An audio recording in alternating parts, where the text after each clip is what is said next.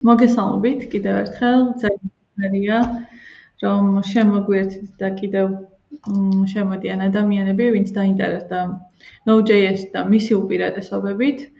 რამზესი, Smart Academy-ის მოწვეული საპატიო ლექტორი წარუწყება ამ შეხვედრას და გაგვარკვევს, რატომ უნდა ავირჩიოთ Node.js-ი, რა პროექტებში გამოიყენება, სახელმწიფო რეინჯები გლობალურად, რეიტინგები მათ შორის, JavaScript developer-ის და ასე შემდეგ, GitHub-ის მიხედვით და ასე შემდეგ. მოკლედ, ძალიან საინტერესო შეხვედრა იქნება, თქვენ გადმოვალით მავალ ჩართულობას, კითხვები დასვით, თქვენთვის ტარდება ეს შეხვედრა, ასე რომ ძალიან შინაურულად იგრძენით თავი, კითხვის დასმის დროს შეგიძლიათ მიკროფონი ჩართოთ და დასვეთ შეკითხვა, თუ გინდათ დაწერეთ კომენტარი და მე გავახმოვანებ დრო და დრო. ისე კითხვების ბლოკი ჩვენი პრეზენტაციის ბოლოშიც იქნება, თუმცა მოკლედ კონკრეტული სლაიდის განხილვისასაც შეგიძლიათ ბარემ დასვეთ შეკითხვა, ანუ არ გადადოთ ბოლოსთვის. კი, თუ რაიმე კითხვა გექნებათ, მაშინ წეროთ და ეგრე გიპასუხებთ. კეთილი, მაშინ დავიწყოთ. კი ბატონო. კარგი, მე თან გავაზიარებ და თან დავიწყებ.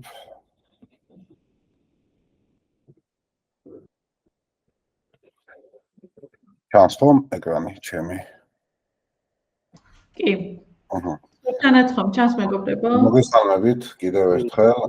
მადლობას გეტყვით ყველას დღევანდელ ლექციას დასწრებისთვის. ჩემ თავს გაგაცნობთ პირველ რიგში მე ვარ გიორგი რამოზაშვილი, იგივე რამზესი. და ამ სფეროში ვარ უკვე დაახლოებით 10 წელია. ბევრი მიმართულებით მაქვს ნამუშევარი, როგორც back-end-ი, როგორც front-end-ი, როგორც mobile development-ი. თუმცა დღევანდელი ლექცია კონკრეტულად დაეთმობა back-end development-ს და კონკრეტულად Node.js სამ პლატფორმას, რა უპირატესობები აქვს, რა მოლოდინები უნდა გქონდეთ და ასე შემდეგ.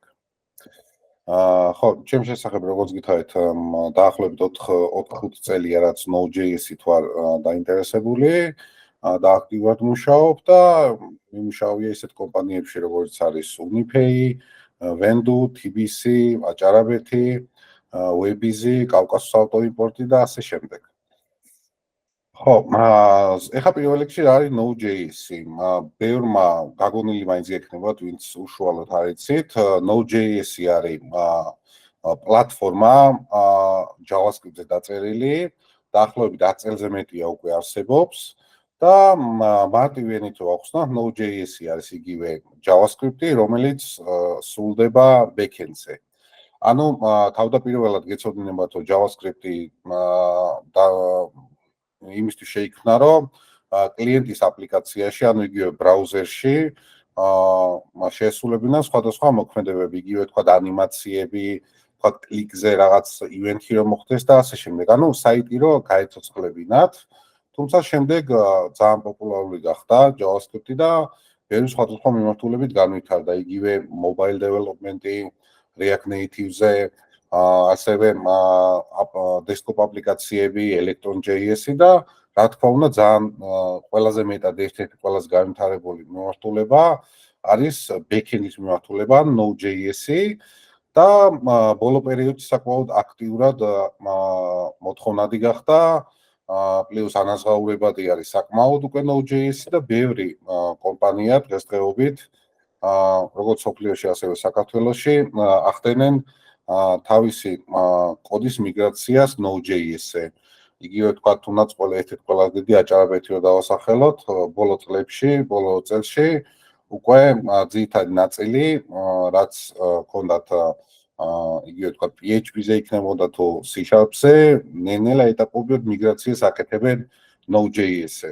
ერთ-ერთი მიზეზი ამისი არის ის, რომ Node.js-ი არის პირველ რიგში საკმაოდ სწრაფი, იმიტომ რომ Verva engine-ზე მუშაობს და პერფორმანსის მხრივ ჩვენ შევადარებთ იგივე თქვათ PHP-ს, ან თუ შევადარებთ ნებისმიერ სხვა პლატფორმას, თავისი უპირატესობა აქვს პერფორმანსში, უძლებს ძალიან ბევრი მოხმარებლების ერთობლივად ყოფნას. მაგალითად, პირობითად რო ავიღოთ რაღაც 10,000 ადამიანი, უფრო მეტად ამტანი არის ამაში და უფრო მეტად პერფორმანს უკეთეს იძლევა. გარდა ამისა, ასევე Node.js-ი არის Node.js Plus-ი არის ის, რომ როგორც იცით არის JavaScript-ზე დაფუძნებული, ანუ JavaScript-ზე დაწერილი პლატფორმა არის. ხო, სხვა შორის შეიძლება პერიოდულად ვახსენო ხოლმე და ბევრი ახსენებს Node.js ზოგი ეძახის მაგალითად frameworks. პროგრამირების ენა არ არის, რა თქმა უნდა, მაგრამ ზოგი frameworks ხوارობს, ზოგი პლატფორმას, მაგრამ ტექნიკურად რო ავიღოთ, Node.js-ი, იგივე თქვა რომ ნახოთ Wikipedia-ში არ ნებისმიერ იმაზე არის ეგეთ წოდებული პლატფორმა, ეს არ არის რაც ბიბლიოთეკა, რაც framework-ი, თუმცა მე მაგალითად თავისუფლად ვიყენებ ხოლმე და ყველას ვეუბნები რომ შეუძლიათ გამოიყენონ, იმიტომ რომ არ აქვს მნიშვნელობა ჩვენ ახლა პლატფორმას დაუძახებთ, ბიბლიოთეკას თუ frameworks, თავარი არის ის, თუ რაში გამოვიყენებთ ამ ხელსაწყოს, იმიტომ რომ რეალურად Node.js-ი არის ხელსაწყო, რომელსაც ვიყენებთ რაღაც პრობლემების გადასაწყვეტად და ასევე დასახული მიზნების მისაღწევად. სხვათა შორის ამ თემაზე საუბრისას მეც მქონდა ხოლმე ეგ მომენტი, რადგან ზოგან შეიძლება ბიბლიოთეკად წერებული იყო, ზოგან რა ქვია იმას framework-ად და შესაბამისად სულ თავს ვარიდებდი ხოლმე ზუსტად რა დამეძახებინა და კარგია რომ მეგახსენე და შეიძლება ითქვას რომ მართლა ხელსაწყო არის რა. დამოთული ხარ ამწეს? მაგამოიქო ხო.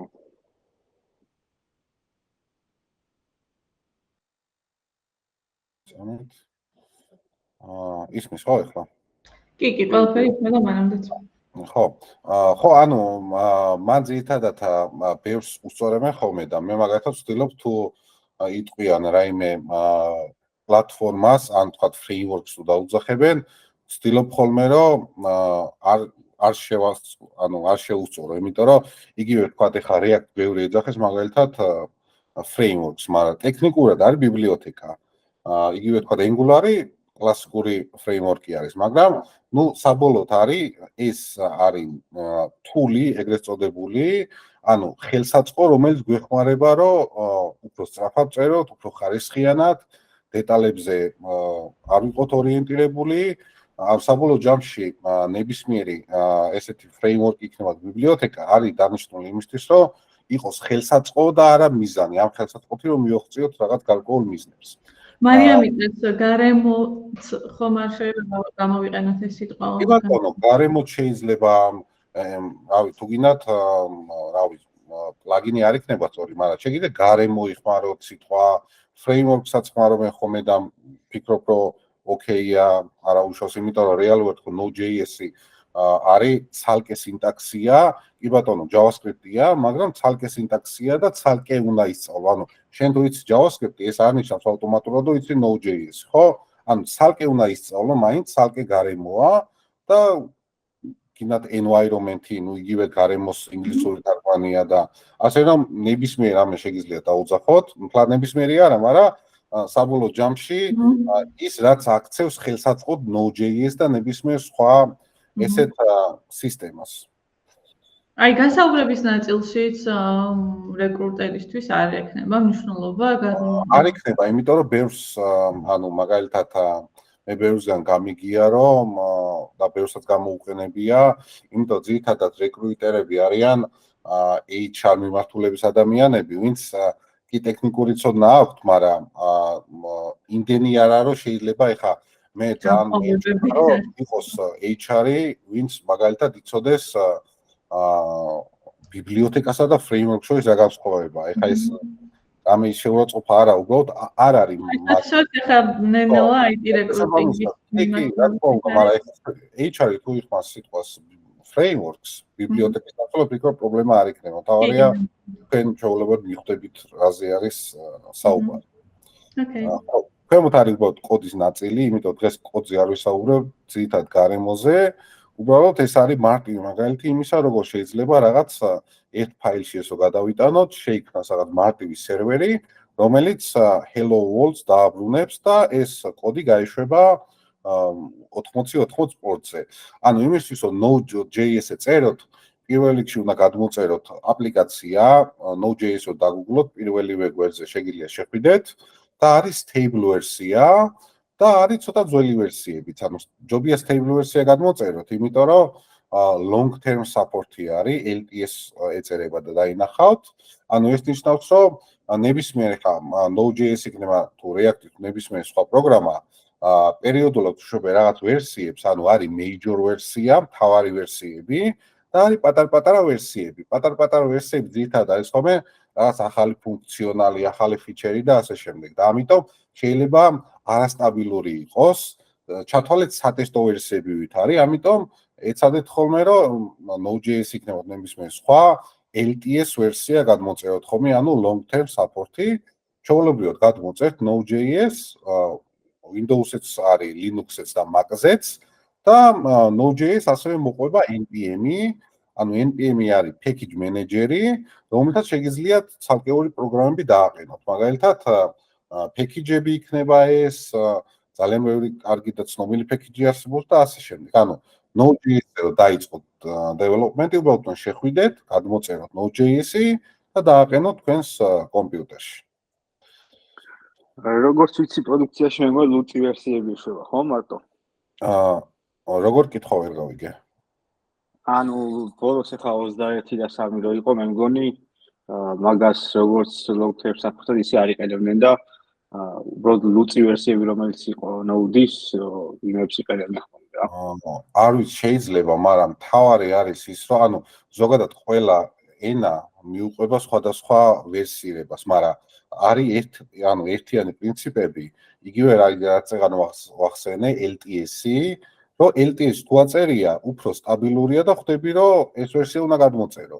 სიმართლე გითხრათ, ლუცზე და კენზე არ გამიგია, როგორ აკეთებენ. შეიძლება ეგრე გადაწყვიტეს Node.js-ზე, მაგრამ პრინციპი არის ის, რომ ზოგი კომპანია და ზოგი პროდუქტი შეიძლება LTS ვერსიას უშვებდეს 2 წელიწადში ერთხელ, ზოგი შეიძლება უშვებდეს მაგალითად ოპერაციული სისტემა არის Fedora, რომელიც უშვებს როგორც მახსოვს 6 თვეში ერთხელ ყოველ ახალ ვერსიას და ასე რომ თავარი არის ის, რომ LTS როცა დაინახავთ, ნიშნავს, რომ ეს არის სტაბილური ვერსია, სანდო ვერსია და შეიძლება ცოტა ძველი ვერსია იყოს, თქვათ, არ იყოს თლად ახალი და იმაზე ახალიც არსებობდეს, მაგრამ მე გირჩევ და ყველას ურჩევ, რომ გადმოწეროთ მაინც ეს სტაბილური ვერსიები. Node.js-ზე აწყობილი პლატფორმების რამდენიმე ლისტი ავიღე, როგორც საქართველოში, ასევე მსოფლიოში და ხედავთ, რომ მაგალითად PayPal-ი, Netflix-ი, LinkedIn-ი, Walmart-ი და Uber-ი, ანუ ერთ-ერთი ყველაზე მოწინავე კომპანიები რაც არიან თავიანთ სფეროში, ესენი ყველა კომპანია მუშაობს Node.js-ზე და საქართველოში აჭარებეთ კი ვახსენე უკვე და ასევე Velistori მოწინავე პლატფორმა e-commerce-ში რაც არის, ეს ყველა კომპანია იყენებს Node.js, იმიტომ რომ ბევრმა მიგრაცია გააკეთა, მაგრამ ბევრმა თავიდანვე, იგივე თქვა Velistori-ის შემთხვევაში, თავიდანვე Node.js-ზე გადაწყვიტეს ამ პლატფორმის აწყობა. ეს იმისთვის გაჩვენეთ ახლა, რომ ანუ ეს კომპანიები რო იყენებენ, უკვე საკმაოდ დარწმუნებულები არიან ამ პლატფორმის შესაძლებლობაში, იმიტომ წარმოიდგინეთ ახლა PayPal-მა რო გადაწყვიტა, სოფლიოში არის ერთ-ერთი ყველაზე დიდი ფინანსური ინსტიტუცია, ხო? ანუ PayPal-მა რო გადაწყვიტა, როგორ Node-ზე გადავიდეს, ესე იგი უკვე საკმაოდ სანდო არის და უფრო მეტად ეს ფაქტორები უფრო მეტად ათვენს იმის ეჭვს, რომ ეჭვი კარგი გაგებით, რა თქმა უნდა, იმის ეჭვს, რომ უფრო ღირს ამ პლატფორმის შესწავლა და არის საკმაოდ სტაბილური და სანდო. ეს არის უკვე ფრეიმვორკები Node.js-ის, იმიტომ როგორც ძირითადად მაინც ცდილობენ, რომ Node.js-ზე ვინც წერს, გამოიყენონ ფრეიმვორკები, იმიტომ რომ ფრეიმვორკებს აქვს თავიანთი უპირატესობები. მაგალითად, იგივე ვთქვათ, დეტალებზე ნაკლებად ორიენტირებული, ბევრ რაღაცას უკვე მოყვება და თვითონ აკეთებენ ეს ფრეიმვორკები, პლუს თავიანთი კონკრეტული ცალკეული პეკეჯები მოყვებათ. მე მგონი კითხვა არის მითში.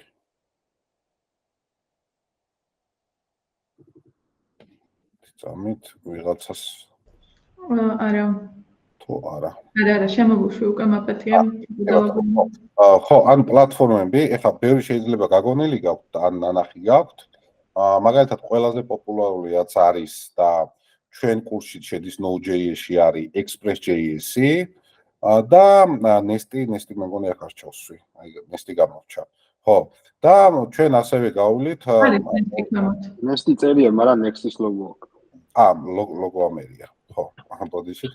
ხო, ანუ Next-ი ეს front React-ის framework-ია, როიცოდეთ და Next.js-ი, ანუ ეს არის ჯერჯერობით ყველაზე პოპულარული ორი, მაგრამ Next-ი შედარებით ახალია და შედარებით მოვიტყოდი უფრო რთულია, იმიტომ რომ უფრო მეტად მაღალ წარმადობას იძლევა და performance, მაგრამ თავისი Angular-ს გავს რაღაცით და შედარებით ახალია და უკვე ნელ-ნელა იყიდებს ფეხს, მაგრამ მე ვიტყოდი ყველაზე მარტივი არის Express-ი დასაწყებად framework-ებისთვის, რომ შედარებით გასაგები სინტაქსი აქვს, თვითონ ენა საკმაოდ ლამაზია, ესე ვთქვათ, ბევრი ფექჩი მოყვება, იგივე მონაცემთა ბაზებთან სამუშაო და ასე შემდეგ, თავისი ORM-ი მოყვება და ასევე მაგალითად რო ავიღოთ Adonis-ი არის, ესეთი Adonis.js-ი.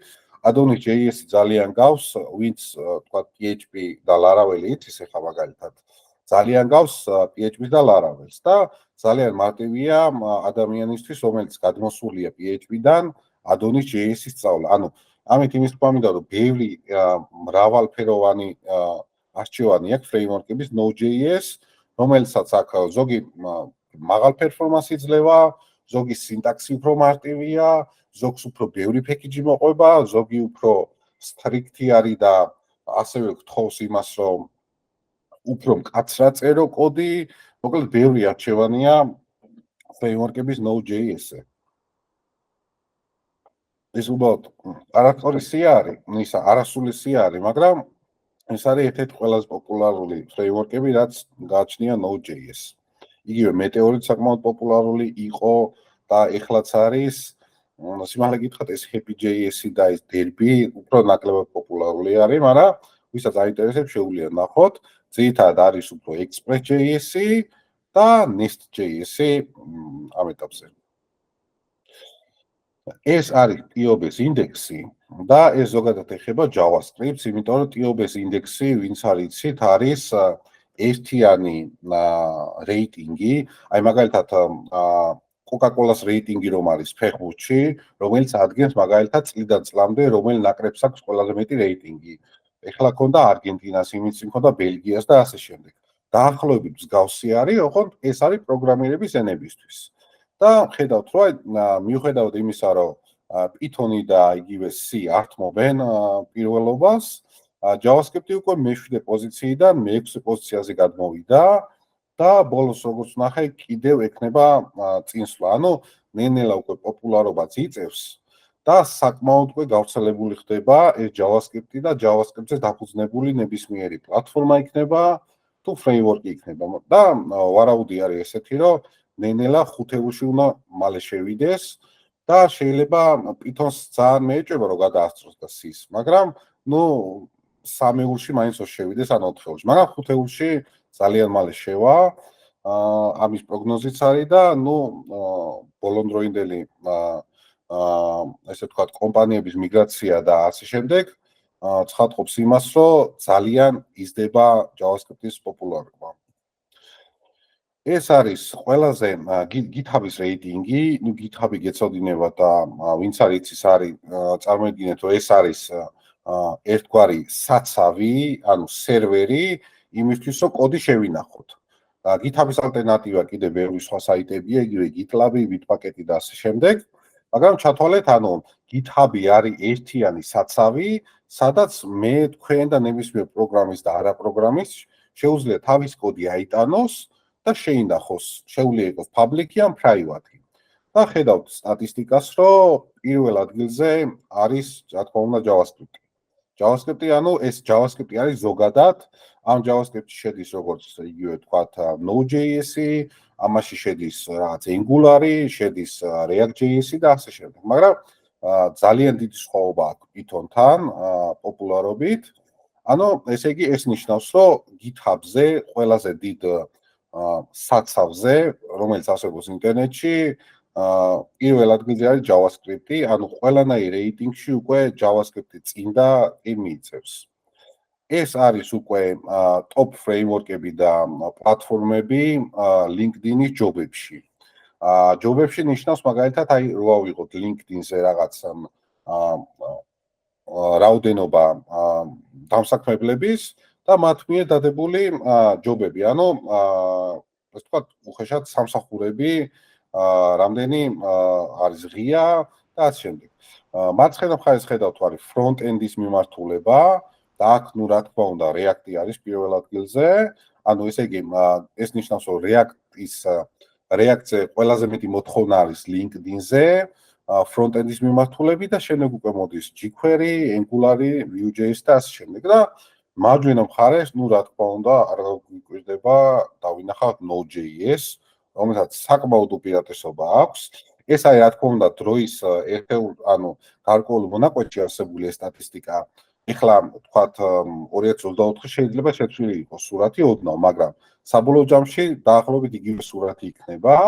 ანუ ესე იგი ეს ნიშნავს, რომ LinkedIn-ზე ერთ-ერთ ყველაზე დიდ პლატფორმაზე, სადაც დამსაქმებლები უკავშირდებიან პოტენციურ დასაქმებულებს, backend-ის მიმართულებით Node.js-ი არის ყველაზე მოთხოვნადი და Node.js-ის პლატფორმები და front-end-ის მხარესაც ასევე JavaScript-ზე React-ის მიმართულება არის ყველაზე მოთხოვნადი.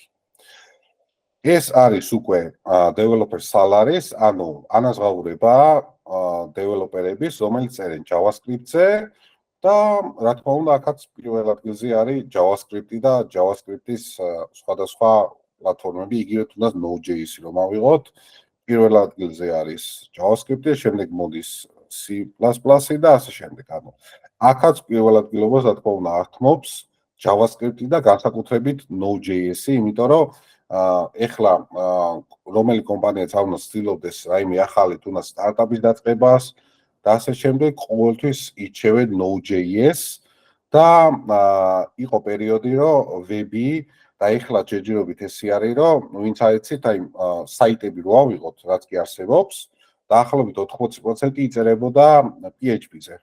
იმიტომ რომ შედარებით მარტივი იყო, პლუს PHP-ს გააჩნია WordPress-ი და შედარებით ვინც პროგრამისტი არაა, ძალიან მარტივია იმისთვის, რომ WordPress-ი ააწყოს რაღაც თუნდაც საიმიჯო საიტი, e-commerce-ის აწყობა შეიძლება და ასე შემდეგ, მაგრამ ბოლო წლებში უკვე PHP-ის პოპულარობა შედარებით შემცირდა და ზუსტად აი JavaScript-ი და Node.js-ი წამოვიდა პირველ ეტაპზე და თუ თქვათ ადრე იყო 80%, ეხლა ზუსტად ციფრი არ ვიცი, თქვათ 2024 მონაცემებით, მაგრამ შედარებით ნაკლებია, შეიძლება 60%-იც არის ჩამოსული. ანუ ესე იგი უკვე ნელ-ნელა იწყებს JavaScript და Node.js-ი backend-ის მხარეს PHP-ის ჩანაცვლებას. რა თქმა უნდა, არის იქ თქვათ Python-ი არის, C# არის და ასე შემდეგ, მაგრამ იგივე შედარება რო გავაკეთოთ, ძირითადად მაგალითად C# გამოიყენება უფრო enterprise აპლიკაციებში, მაგალითად banking-ში და ასე შემდეგ. ანუ მარტივი საიტისთვის და ასევე რთული საიტისთვის C# მაგალითად ნაკლებად იღებენ.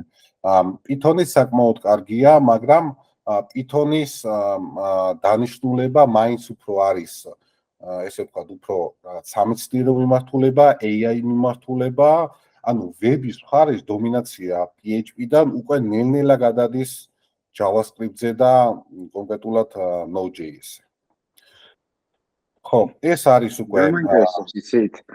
აი, სადაც ამ სტატისტიკებში JavaScript-ი წერია, იქ TypeScript-იც მოიაზრება მაგასთან ერთად თუ ისე თუ ცალკე კლასში გადის. არა, მოიაზრება მთლიანად JavaScript-ი, ანუ აქ შედის TypeScript-ი, შედის React-იც, შედის Node.js-ის და ასე შემდეგ. მე ხლა უბრალოდ კონკრეტულად აქცენტს ვაკეთებ Node.js-ზე, მაგრამ ზოგადად JavaScript-ში შედის ეს ყველაფერი, იგივე TypeScript-ი და ასე შემდეგ. ხო, დასაწყისში ჩვენ ვლაპარაკობდით ასევე tech job-ები, ანუ როგორც იცით, საკმაოდ შემცირებულია ბოლო აი 2 წელში, აი ეს უკრაინა რუსეთს რომელიც დაიწყო, შედარებით ბაზარმა განიცადა ძალიან დიდი ხმეხი და ვარდნა, იმიტომ რომ ხედავთ, რომ აი იანვრის შემდეგ უკვე თებერვალი, აპრილისკენ უკვე ვარდნა მოდის ქვემოთ და აი ბოლო პერიოდში უკვე ნელ-ნელა გამოცოცხლება იგრძნობა. იმიტომ რომ ეკონომიკურად ძალიან დაარტყა ამ ომმა მთელ მსოფლიოს და არა მხოლოდ საქართველოს და უკვე ძალიან ბევრი პროექტი იხურება, ძალიან ბევრი სტარტაპი, მაგრამ აი ბოლოს როგორც ხედავთ, ეს არის სექტემბრის სტატისტიკა და ეხლა როგორც ვიცი, კიდევ უფრო ზემოთ მიდის ეს რა ქვია, ეს ხაზი, ანუ ეს ნიშნავს, რომ ბოლო პერიოდში უფრო გამოცოცხლება იგრძნობა, რეაბილიტაცია ერთგვარი მოახდინა ბაზარმა უკვე და ნელ-ნელა უკვე სტაბილიზაციისკენ მიდის, იმიტომ რომ ეხა ჩემს გარშემო მაგალითად და დაწუნებული ვარ თქვენს გარშემოც იქნებოდნენ თქვა დეველოპერები, მაგალითად რომელიც ძალიან თქვა ან სამსხვრიდან განათავისუფლეს, ან შემცირებაში მოყვნენ, ან მაგალითად უკვე ვინც LinkedIn-ზე ეძებს ხოლმე აქტიურად დეველოპერის ჯობებს, ნახავს რომ უკვე შემცირებულია, იმდენი პროექტი აღარ იდება, თქვა ადრე თუ იყვნენ რომ HR-ები პირობითად აქეთ წერებოდნენ, ეხლა უკვე ძალიან შეცვლილია მდგომარეობა ამ მიმართულებით. თუმცა როგორც გითხარით, მარტო მე არ ვამჩნევ და სტატისტიკაც მეტყველებს, რომ ბოლო პერიოდში უკვე აი 2023 ზაფხულიდან უკვე ცოტა უკეთესობა იგრძნობა და თუ თქვათ აი ესეთი ვარდნა იყო რომ ღია ჯობების რაოდენობა იყო 500,000 და ეხლა ჩამოვიდა 180,000 არის, ან წარმოედგინეთ ნახევარზე უფრო მეტად შემცირდა 62%-ით, თუმცა აი ბოლო პერიოდში უკვე იგრძნობა და ამით იმის თქმა მინდა რომ არ მინდა რომ ვინც ამ სფეროში აპირებს შემოსვლას რაღაცნაირად გული გაიტეხოს და ცოტა რაღაც იმედგაცრუებას მიეცეს, იმიტომ რომ ცოტა პერიოდია ზოგადად, აი ბოლო ეს 2 წელი ცოტა რთული, მაგრამ გარწმუნებ და დარწმუნებული ვარ, რომ აი 2024 წელი ბევრად უკეთესი იქნება იმაზე, ამ ხრივ რაც იყო 2023. იმიტომ რომ თავისთავად 2023 უკვე უკეთესი იყო 2022-ზე, ეს ვარდნა როცა იყო და ამიტომ სტაბილიზაცია იგრძნობა და უკვე მე ვფიქრობ 2024-ის აი მეორე ნახევრიდან უკვე დაუბრუნდება ნელ-ნელა იმ ნიშნულს, რომელ ნიშნულამდეც იყო ამ მომამდე ბაზარი და თავის კალაპოტში ჩადგება ისე. ეს ზოგადად არ ეხება მხოლოდ Node.js, ანუ ეს ზოგადად ტექ ჯობებს ეხება ნებისმიერ მიმართულებით, ზოგადად შემცირებულია, იცოდეთ და არ გაგიკვირდეთ, თუმცა ბოლო პერიოდში რა თქმა უნდა უკეთესობა იგრძნობა. და მე მგონი ეს იყო ჩვენი ბოლო, ხო? ხო. და ასევე კითხვები თუ გაქვთ Node.js-ის გარშემო უპასუხებ რა თქმა უნდა, თუნდაც თქვა არ იყოს Node.js-ი, JavaScript-ი იყოს და ნებისმიერ სხვა კითხვას სიამოვნებით გავცემ პასუხს. ხო, იდეაში ვინც არ იცნობთ რამზე, შეგახსენებთ, რომ Smart Academy-აში ასწავლის React.js-ის, React Native-ის და Node.js-ის კურსებს უძღვება და საბამიდან, ასე ვთქვათ, და უკვე მე რამდენი ნაკადი ყავს. ეხლა ხანს დავაანონსეთ და უკვე ამ ჯგუფში სწავლობენ Mertech Development-ის კურსი, რომელიც გულისხმობს რა თქმა უნდა React-საც და Node-საც, ასე რომ ძალიან დიდი მადლობა, ვინც გვენდოდა Node.js-ის კურსსაც შეაჩერა არჩევანი და დავიწყებთ თვის ბოლოს. ჩვენ ახლა უბრალოდ დღევანდელი პრეზენტაციაზე არ მისაუბრია მონაცემთა ბაზების მხარეს, მაგრამ იცოდეთ რომ ამ კურსში ასევე რა თქმა უნდა შედის MongoDB, როგორც მონაცემთა ბაზა, იმიტომ რომ backend წარმოუდგენელია მონაცემთა ბაზის გარეშე და ნამდვილად ვფიქრობ რომ სილაბუსი მაინც გადავიაროთ, რადგან არ გვისაუბრია უშუალოდ კურსის ფარგლებში რა თემებს დავფარავთ და ძალიან კარგი იქნება მოვისმინოთ შენგან აი ეს ცოდნა ჯუნიორისთვის, რამდენად ოკეია რომ უკვე თუ გამოჩნდა ესეთი ვაკანსია რომ დააკმაყოფილოს. ანუ კურსი რამდენად ფარავს ამ მასალას. კი ბატონო. პრაქტიკული დავალებები თუ არის კურსზე და რა ტიპის და რა გამოცხადდება. ესეთი მიდგომა წინაპირობა მართალია გვაქვს JavaScript-ი, მაგრამ JavaScript-ის ბეიზიკები არის საჭირო იმისთვის, რომ ამ კურსზე მოხვდეს ადამიანი და შემდეგ უკვე ვიწყებთ backend-ის სწავლებას ნულიდან. ანუ ნულიდან იგულისხმება, რომ მაგალითად გავივლით Node.js-ის ზოგადად ჯერ გავივლით JavaScript-ი, ანუ სუფთა Node.js, ანუ როგორ დავაყენოთ მაგალითად სერვერზე, ასევე ფაილებთან როგორ ვიმუშაოთ, ECMAScript 6 გავივლით, ECMAScript-ი არის, ვინც არ იცით, JavaScript-ის ერთ-ერთი ბოლო ვერსია. რა უპირატესობები აქვს, ასევე გავივლით ასინქრონულობას, ანუ თავიდან ვიწყებთ სუფთა Node.js-ით. და შემდეგ უკვე რა თქმა უნდა ყოველი ლექციის შემდეგ იქნება ხოლმე პრაქტიკული დავალება, რომელიც შეეხება კონკრეტულად იმ ლექციას, იმ ლექციის საკითხებს უბრალოდ, რასაც ვისაუბრებთ კონკრეტულ იმ დღეს. და შემდეგ არის უკვე გარკვეული 8 ლექციის მერე, როგორც მახსოვს, ეს წამით ზუსტად ნახავ.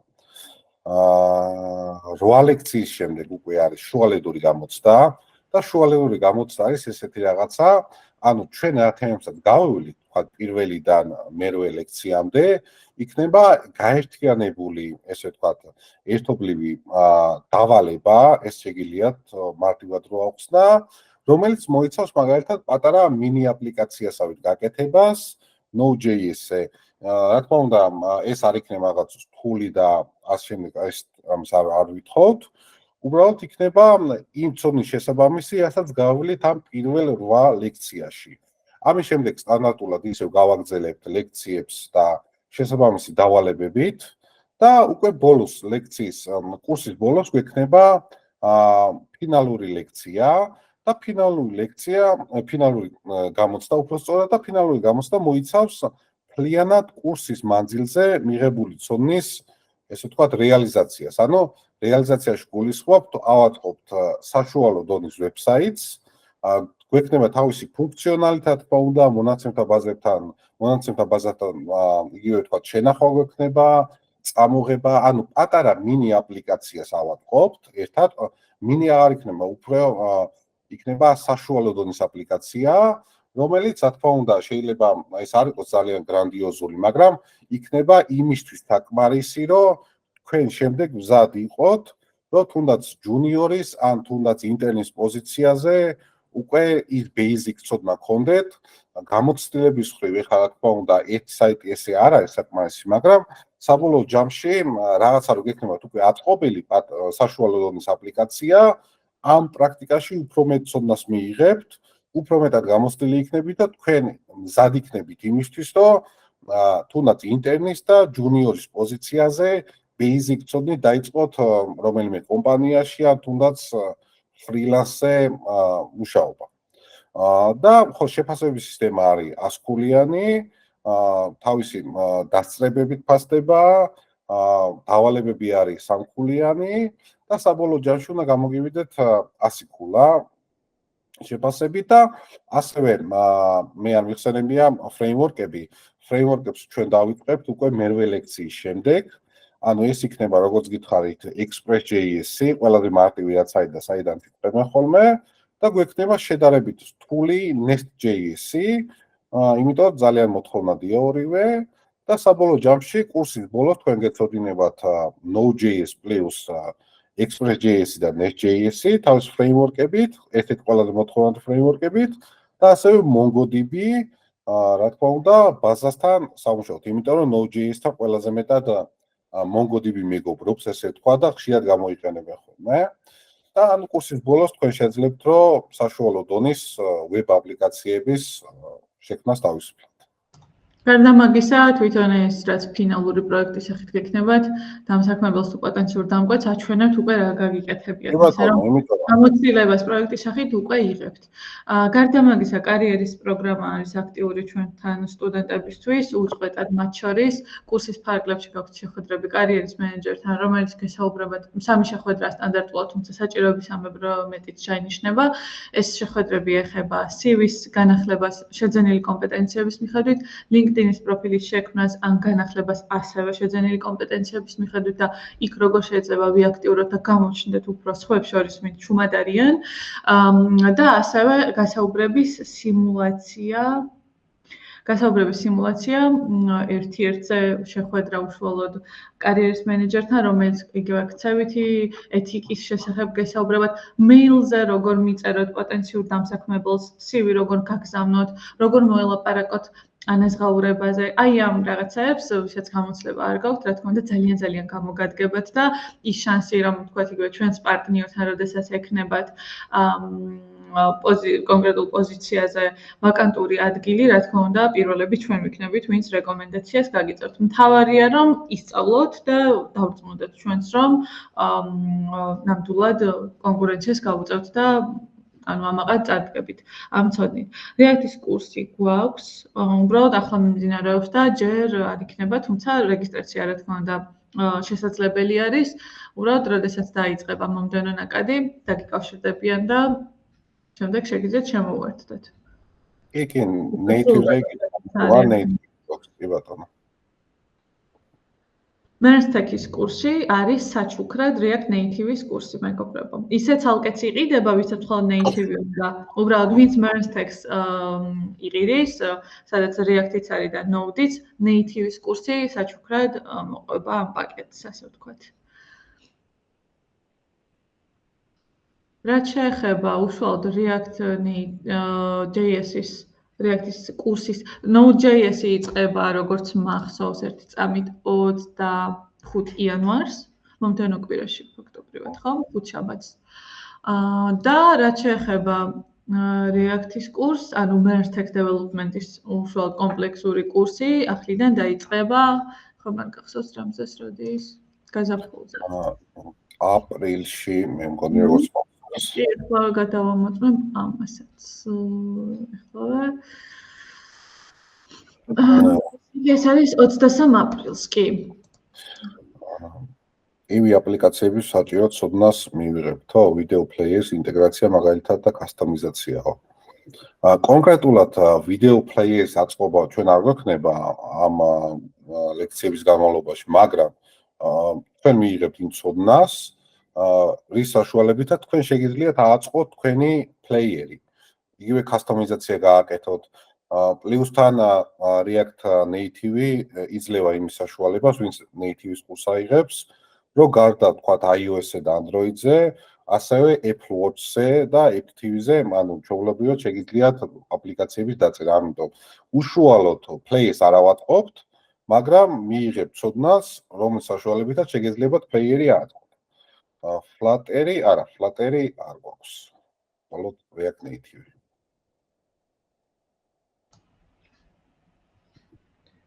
არაფერს. რამდენს ძალიან დიდი მადლობა და საინტერესოდ გადმოიცი. ამდენი პლუსი რომ მქონდა და მართლა ყველა რეიტინგის თავში რომ იყო, ამ მომენტისთვის არ ვიცოდი. თან მაინც ყველა პროგრამირების ენა თავის თავს რაღაცაში პირველად პოულობს და რაღაცაში რომ პირველი არის, ხო ხდები და ეხლა ამ შემთხვევაში უკვე ეს პლატფორმების რეიტინგში მოხდა თავში რომ თან მარტივია, იმიტომ რომ ადამიანი თქვათ, რომელმაც უკვე ფრონტენდი იცის, აი Angular-ი ვინც იცის, ან React-ი, ძალიან მარტივია გადმოვიდეს Node-ზე, იმიტომ რომ ორივე JavaScript-ია და საბოლოო ჯამში მაგიტომ არის JavaScript-ი უნივერსალური და ისეთი ყველაზე პოპულარული ენა, რომ ძალიან მარტივია, ვინც ფრონტი იცის, back-ზე გადავიდეს და ვინც back-ი იცის, front-ზე გადმოვიდეს და ამიტომ ძალიან ნაცნობი გარემო დაგხვდებათ, ვინც ფრონტიდან მოდიხართ Node.js-ზე. ისე Laravel-ს ჩაილურისყალი დალია? არა, მე მაინც როგორც პირველი ენა ის არის, PHP-დან მოვდივარ, ესე ვთქვათ, იმიტომ რომ პირველი ენა PHP იყო ჩემი. მაგრამ აი Laravel-ი ჯერ კიდევ მყარად დგას, იმიტომ რომ აი როგორც გითხარით, ჯერ კიდევ ნახევარზე მეტი საქართველოში ნახევარზე. არა მარტო საქართველოში, არამედ სოფიაშიც ნახევარზე მეტი მაინც ჯერჯერობით PHP-ზე არის დარჩენილი და ბევრი აწყობს. ასე რომ ეს მეტად უძლებს ჯერჯერობით PHP და Laravel-ი ამ მონსტრის წინააღმდეგობას, მაგრამ აი რაღაც მენელა მაინც აჩვენებს Node.js და ზოგადად აი საქართველოს თუ დააკვირდი PHP-ს არავინ ასწავლის. მეც თავისთავად მიუხედავად იმისა, რომ ფაქტიურად ყველა ეხა ადამიანი შემკვეთ თუ მოდის, ძირითადად საიტის აწყობა თუ უნდა, ძირითადად მაინც PHP-ს იყენებენ ხოლმე, ან WordPress-ს იყენებენ ხოლმე, რომ მარტივი საიტის გაკეთება უნდა. კი ბატონო, Node-ით შეიძლება გაკეთება, მაგრამ ვინც იცის, თქვათ, PHP, ვინც თქვათ არ იცის პროგრამირება, მაინც ირჩევს უფრო PHP-ს, იმიტომ რომ შედარებით ნაკლები ცოდნით იძლევა იმის საშუალებას, რომ რაღაცა გავაკეთოთ.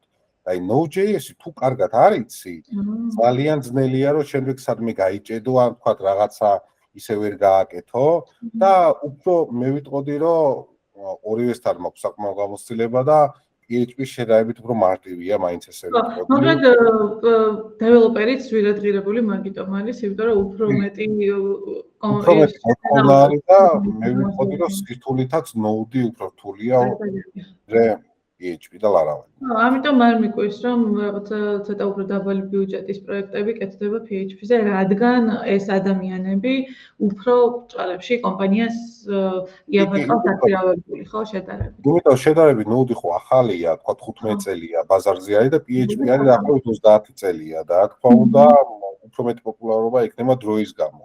თუმცა როგორც სტატისტიკა გვიჩვენებს, Node უფრო ნენელა აჩვენებს PHP. და ისე რეალურად PHP, JavaScript-ის განვითარებას ხედავთ და PHP-ის ნაწილში, რა ვიცი, აი Laravel-ი ახსენე, კიდევ არის ეგეთები და ხოლო და განავითარეს.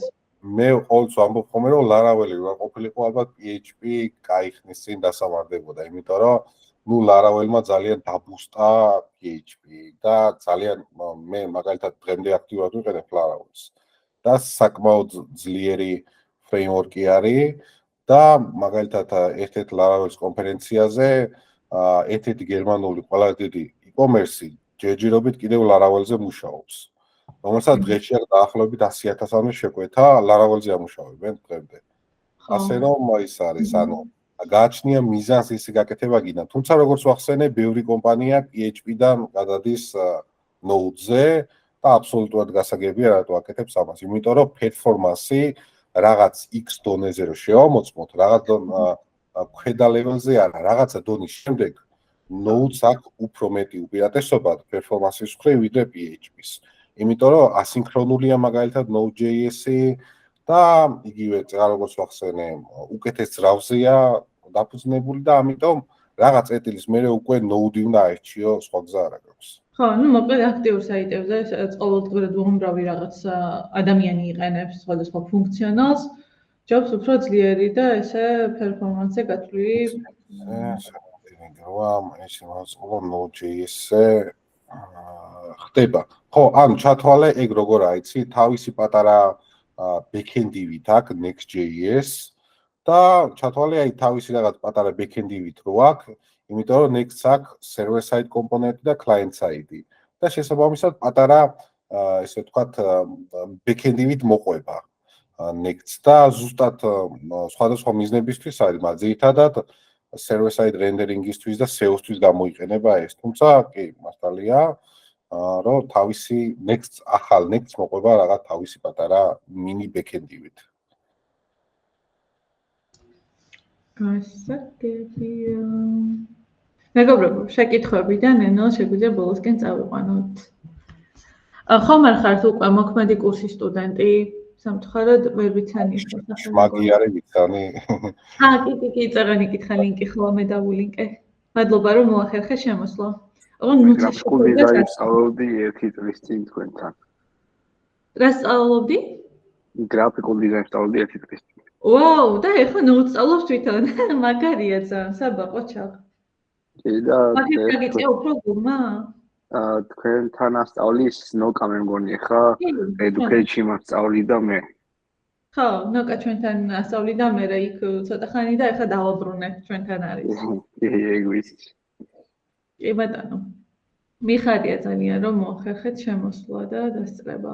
ხო, პერსპექტივაში მოკლედ მე რომ პროფესიას ვიძენდე, სხვათა შორის რა თქმა უნდა ამემართულებით უფრო ფრონტის მიმართულებით, იმიტომ რომ მე მიყვარს ვიზუალურად ხედავდე რა გავაკეთე და ბექში ბექში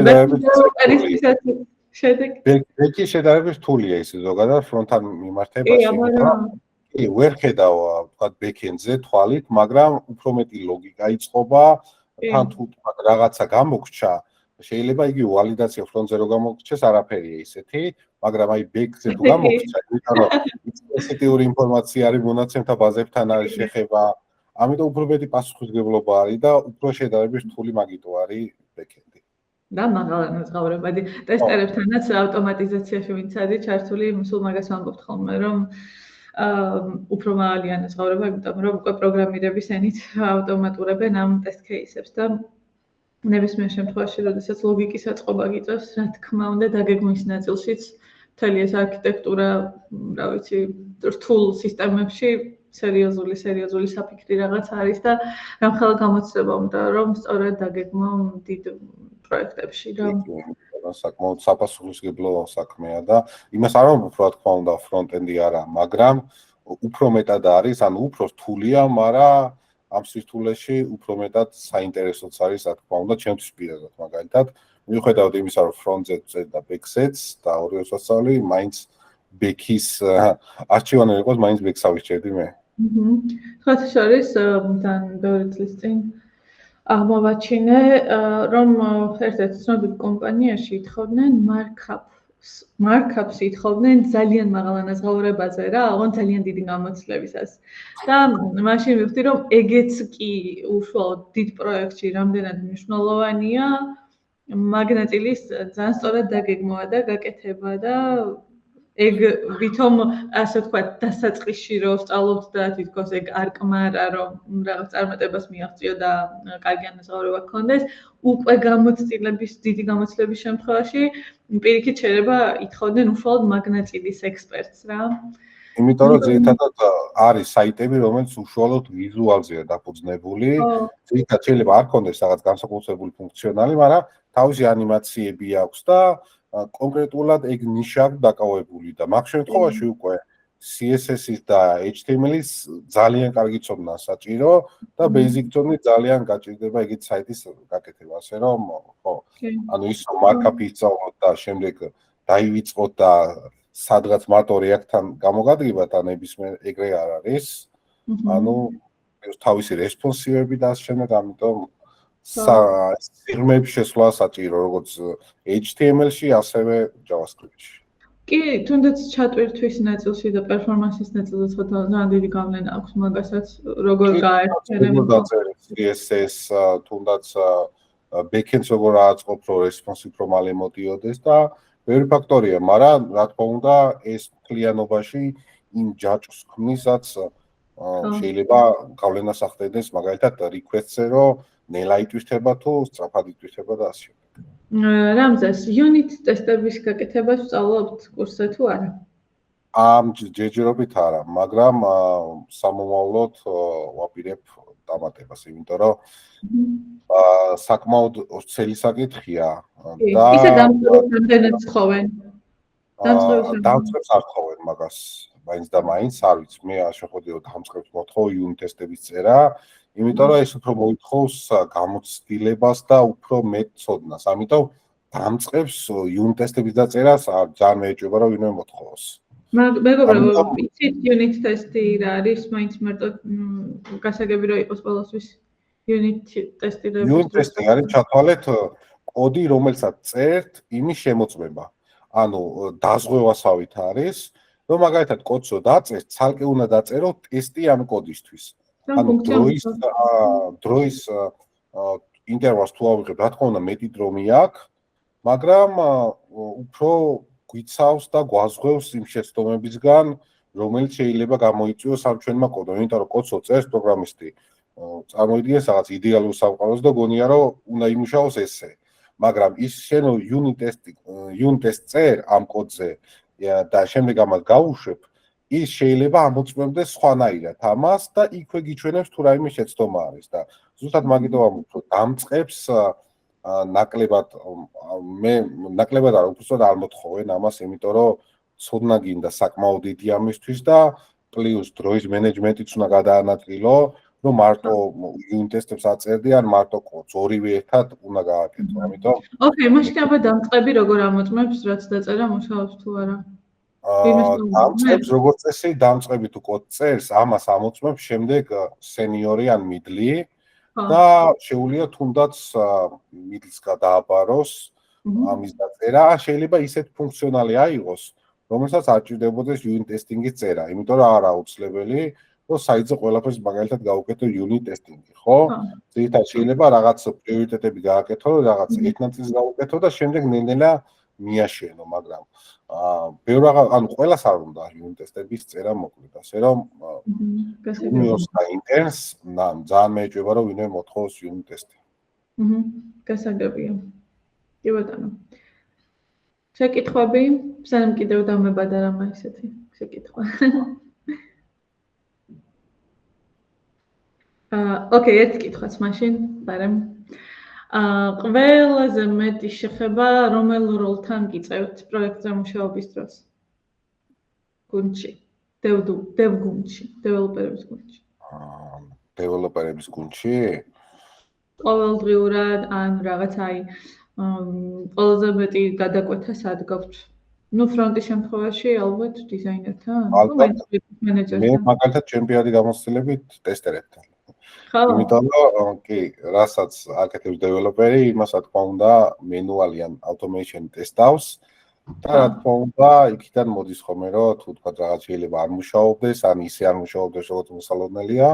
ნუ ჩემი პირადი გამოცდილებით და მაგალითად ტესტერებთან ხოლმე ყველაზე ისეთი და დიზაინერებთან. და ამ ყველაფერს მენეჯმენტის სისტემაში ხედავთ თუ მაინც ესე საკომუნიკაციოდ მაგალითად ან Slack-ი ან მაგალითად მიჩვენე ფიზიკურად თუ იქვე ის არ გვერდზე ოთახში ფიზიკურად უცებ გავიაროთ, მაგრამ ძირითადად ხო, მე მაგალითად ტესტერები და დიზაინერები ამოთან მიწევს ყველაზე ხშირი შეხება ხოლმე. შეგებია. დიზაინერების, ბოდიში, ფრონტის და ბექის ერთ-ერთი საუკეთესო კომბინაციად შეიძლება ჩაითვალოს Node და React-ი, რახან ორივე JavaScript-ია. იმიტომ რომ ყველაზე პოპულარულია ორივე. თავისი მიმართულებით, ანუ ბექში Node არის ყველაზე პოპულარული და ფრონტში თავის დროზე რომ Angular-ი იყო, მაგრამ ბოლო პერიოდში და ბოლო წლებში უკვე React-მა მთლიანად გადაიბარა ლიდერობა, ასე რომ ხო, ძალიან ბევრი აკეთებს დღეს Node plus React-ს. ასე რომ მოწინავე პოზიციაზე არის ჯერჯერობით და არ მგონია ყოველ წლებში რამე შეიცვალოს. ოკეი, და აი პროექტს როდესაც იღებდა პოზიცია არის Mertech developer-ი კომპანიაში. რამდენად მართლა ეგრე ქვიათ ხოლმე თუ ვიტაც full stack-ს ეძახიან ხოლმე. მენი, იმიტომ რომ full stack-ს შეიძლება მენის გარდა კიდე სხვა რაღაცაც იცოდეს. იმიტომ რომ main developer-ი არის უფრო კონკრეტული მიმდინარეობა. და full stack მაიცის ბექი და ფრონტი. და main მაიცის Node plus React-ი რა, უფრო ვიწრო მიმართულება შედარებით. მაგრამ მე ბევრი არა, მაგრამ მინახია საკმაოდ main developer-ები. და კონკრეტული პროექტის ფარგლებში წლება, ამგვარად რომელი მიმართულებაზე იმუშავებ, თუ ორივე გვარდება მაინც? ძირითადად ორივეს იბარებენ ხოლმე. მაგრამ უფრო დროში მეტი დრო წავა თუ რა თქმა უნდა, იმიტომ რომ უფრო მეტი დროც უნდა, იმიტომ რომ წარმოგიდგენე ბექს და ფრონტს ერთად აწყობ. ლოგიკაც შესაბამისად ბექზე უფრო დიდი ლოგიკა და დროის ამბავს უფრო დიდი ხანს იწელება და თან ერთი უკეთესია, იმიტომ რომ ერთმა დეველოპერმა ზუსტად იცის, თქვათ აი ბექი ფრონტიდან რომ რაღაცა იქშენი რომ მოხდება, ბექზე რა მონაცემი მიდის, ან ბექი რას უბრუნებს ფრონტს, ანუ ორივე გარემოში გარკვეულია და ერთი პლუს შეიძლება ეგ იყოს, რომ იცდობს კარგად ორივე მხარეს. ასე რომ მაგრამ შედარებით აი როგორც ვთქვი, უფრო ვიწრო მიმართულებაა და დამოკიდებული იმაზე კლიენტი ას მოითხოვს, იმიტომ შეიძლება კლიენტმა მოითხოვოს აი კონკრეტულად Node მინდა, ან თქვათ რაღაც სხვა მიმართულება შეიძლება აირჩიოს რაღაც კლიენტმა. ოკეი, და ხო არის ესეთ შემთხვევაც, როდესაც დიდი პროექტია და ორი დეველოპერია მინიმუმ გუნდში ჩართული და აი ამ დროს უკვე იყოფენ ან ფუნქციონალებს. როგორც წესი იყოფენ, გააჩნია რისი რესურსია კომპანიას. ანუ თუ თქვათ კომპანია შეიძლება იყოს 5 დეველოპერი და გადაინაწილოს თქვათ 3 ბექზე იყოს 2 ფრონტზე, შეიძლება პირიქით იყოს რაღაც 1 ბექზე იყოს, გააჩნია ასევე თვითონ პროექტს და პრიორიტეტებს, იმიტომ რომ თუ თქვათ აი კაზინო რო იყოს მაგალითად, ეხლა 5 ადამიანზე ბევრად მეტია საჭირო კაზინოსთვის. თუ თქვათ უფრო ისეთ საიტია, რომელიც უფრო ანიმაციებზე და ვიზუალზე არის, შეიძლება ფრონტზე უფრო მეტი ადამიანი იყოს ვიდრე ბექზე. შეიძლება შეიცვალოს. მე მაგალითად ქონია კომპანიაში, რომ ჯერ ბექზე ვიყავი და შემდეგ ფრონტზე გადმოვედი. ანუ უბრალოდ React-ზე ვიყავი და შემდეგ Node-ზე გადავედი და საბოლოო ჯამში ორივეზე მუშაობდი, ბექზეც და ფრონტზეც. ეს ყველაფერი დამოკიდებულია სპეციფიკაზე თვითონ პროექტის. თუმცა მაგიტო არის JavaScript-ი, კარგი რომ ანუ ბექს ფრონტზე რო ვიყავი, ძალიან მარტივად გადავედი ბექზე, იმიტომ JavaScript-ი იყო, Node და React-ი იყო და ძალიან მარტივია გადასვლა. გასაგებია. ოკეი, სინტაქსურად ძალიან განსხვავდება მაინც? როგორც წესი, ყველა framework-ს აქვს თავის სინტაქსი. თუმცა არის რაღაც პრინციპები, რომელიც არის ცოტ ერთი და იგივე. მაგალითად ერთი და იგივე შეიძლება იყოს ის, რომ არის MVC მოდელი, ანუ MVC მოდელი ნიშნავს model view controller. დაყოფილი არის, რომ მოდელები მუშაობენ, მაგალითად, აი Nest.js-ი რო ავიღო და Express და Flow framework-ები, მოდელები მუშაობენ კონკრეტულად მონაცემთა ბაზასთან, view მუშაობს უფრო ვიზუალთან, კონტროლერი არის ერთგვარი ხიდი ამას შორის, ანუ არის რაღაც პრინციპები, რომელიც ერთია, თუმცა სინტაქსურად განსხვავებული მაინც არის, იმიტომ რომ მიუხედავად იმისა, რომ აი Node.js-ის framework-ებია იგივე Nest-ი და ასე შემდეგ, სინტაქსის სხვაობები რა თქმა უნდა არის, იმიტომ რომ სხვადასხვა კომპანიის პროდუქტები არის, რა ვიცი, მე არ ვიცი, ერთი კომპანია, რომელსაც ორი framework-ი ჰქონდეს. სხვა ძირითადად ეს არის კონკურენცია ჩვეულებრივი, რომ ერთი აკეთებს ერთნაირად, მეორე აკეთებს მეორენაირად. და რა თქმა უნდა, განსხვავებული გუნდის წევრები რო არიან, სინტაქსიც განსხვავებულია. შვენიერი და Git-ზე მუშაობთ ბევრი დეველოპერის შემთხვევაში, რომ ვერსიების კონტროლისთვის და თანადროულად Git-ის გარდა კიდევ არის, მაგრამ 99.91% Git-ს იყენებს ყველა. და რა თქმა უნდა, GitHub-ი და ასე შემდეგ, იმიტომ რომ, იდეალურია Git-ი version control-ისთვის და მაგის გარეშე თოს კომპანია და პროექტი არც არსებობს, რომ Git-ი არ ქონდეს, ძალიან უცნაურია ეგეთი რაღაცა. რაც გამიგია პოლიტიკაში. Okay. მეგობრებო, შეკითხვები თუ არ გაქვთ? ძალიან დიდი მადლობა რამზეს. მადლობა პირიქით, შეიკრიბეთ და ვეცადე მაქსიმალურად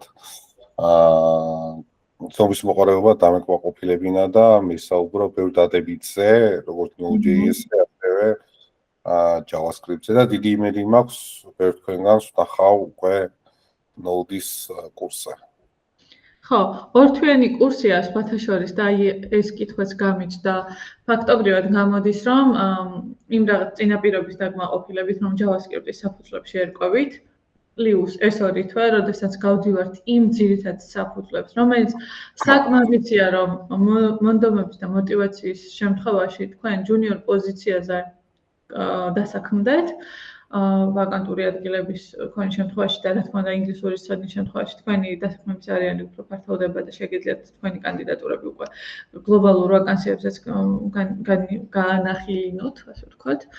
აქედან გამომდინარე, ორ თვეში არის შესწავლა ისეთი პროფესიის, რომელიც როგორც ვნახეთ და როგორც მოგვითხრა რამზესმა არის ძალიან მოთხოვნადი და პერსპექტიული, რომელიც არ, ასე ვთქვათ, აგდებს ტემპს განვითარების და ინარჩუნებს რეიტინგში პირველ ადგილს. მინიმუმ 5-8 წელი, აი შანსი არის, რომ რაიმე დაიმუქროს Node.js და JavaScript-ს, ასე რომ საკმაოდ long term თული არის იმის.